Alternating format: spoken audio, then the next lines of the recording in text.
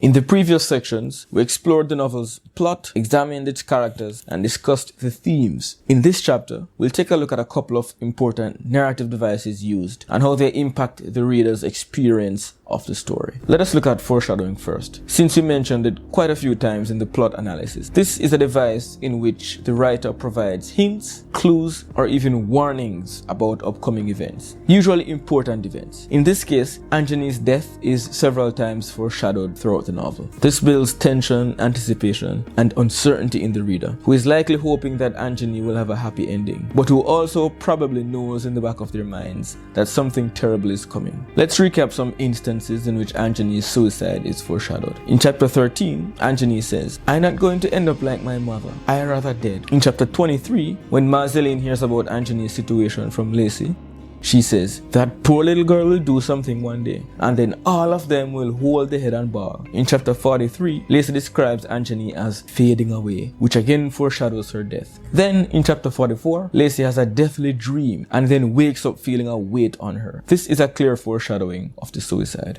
The novel provides many contrasts. In that, we get many chances to look at pairs of situations, people, places, etc. that are complete opposites. Let's look briefly at just a few examples. Ma's household contrasts with Mr. Cephas's household. For one, while Ma and her family live in love and harmony and provide a safe space for Lacey to be herself and develop into a strong young woman, the Cephas's house is a place of tension and turmoil, which Lacey, upon reaching, just wants to escape. The family structures of the two households are also contrasting. Mr. Cephas lives with his wife and son, and later with Lacey, which makes this a nuclear family. One that, according to Lacey's social studies teacher, is the ideal family type. On the other hand, Ma's family back in Balatier is very much extended. There's Ma and Papi, their sons, and their sons' children, making for a large and eclectic family. While we see that Lacey is much happier living with the extended family than with the nuclear family. In school, it is the nuclear family that is branded as the happy home, while the extended family is branded as the broken home. But Lacey's experience is, as we see, the opposite of what the teacher teaches. Still looking at the two families, there's also a contrast in their financial situations. Ma and the others are obviously lower class people. They're poor. Meanwhile, Mr. Cephas is middle class. He has a decent job and can afford to live a seemingly higher quality of life than Ma, Papi, and the others back in Balatier. We also see a contrast between Lacey and Michael. Lacey, while she grew up in a poor family, is well-mannered, well-spoken, and very intelligent,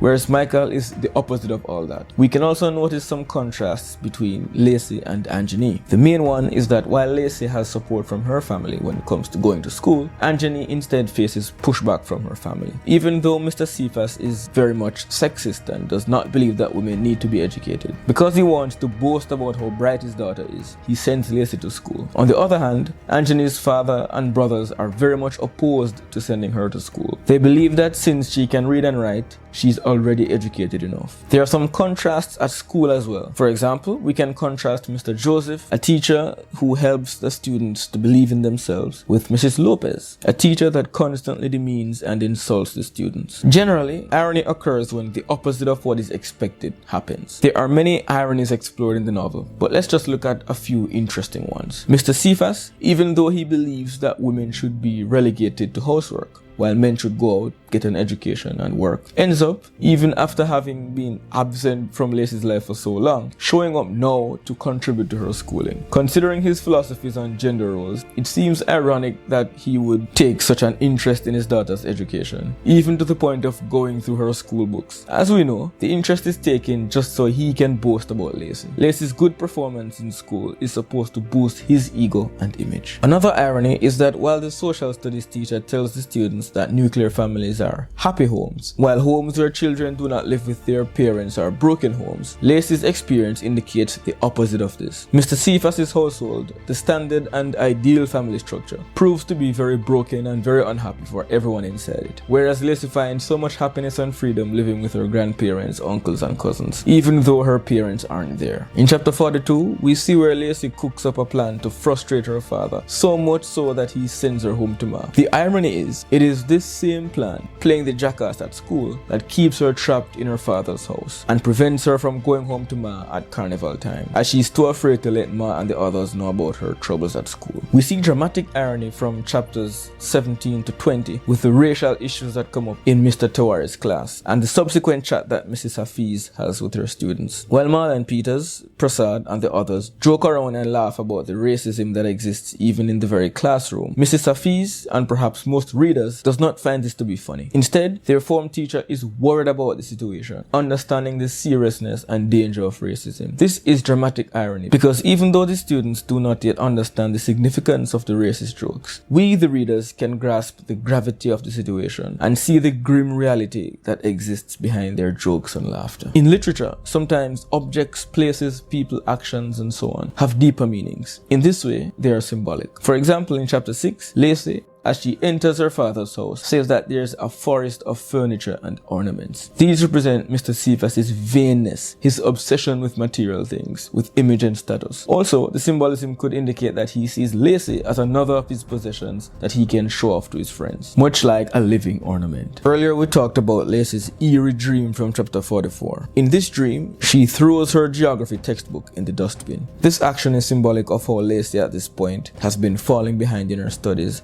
and getting into trouble at school. Discarding the book symbolizes throwing away her chance of getting an education, throwing away her future. We see in the very last chapter that Ma is planning a massive Thanksgiving celebration, which will coincide with Lacey's birthday. This might symbolize Lacey's gratitude toward her family, her thankfulness for having the chance to go to school and eventually have a bright future. The event, especially since it falls on Lacey's birthday, might also represent Lacey's family's thankfulness for her return and also for her recovery. The novel is written in English, but especially in the dialogue, we have bits of Creole and even bits of other languages sprinkled in. The variation of the language makes the story feel more contextual, more authentic, more deeply rooted in a Caribbean, specifically in a Trinidadian environment. The Caribbean is a melting pot of peoples, cultures, and histories, and this novel shows that in part through the inclusion of several non-English words. In the novel, the non-English words are italicized, making it easier for us to take notice of them. In chapter 4, Ma says salope in reference to Mrs. Lopez, which translated from French means something like bitch or slut. Not very kind of Ma.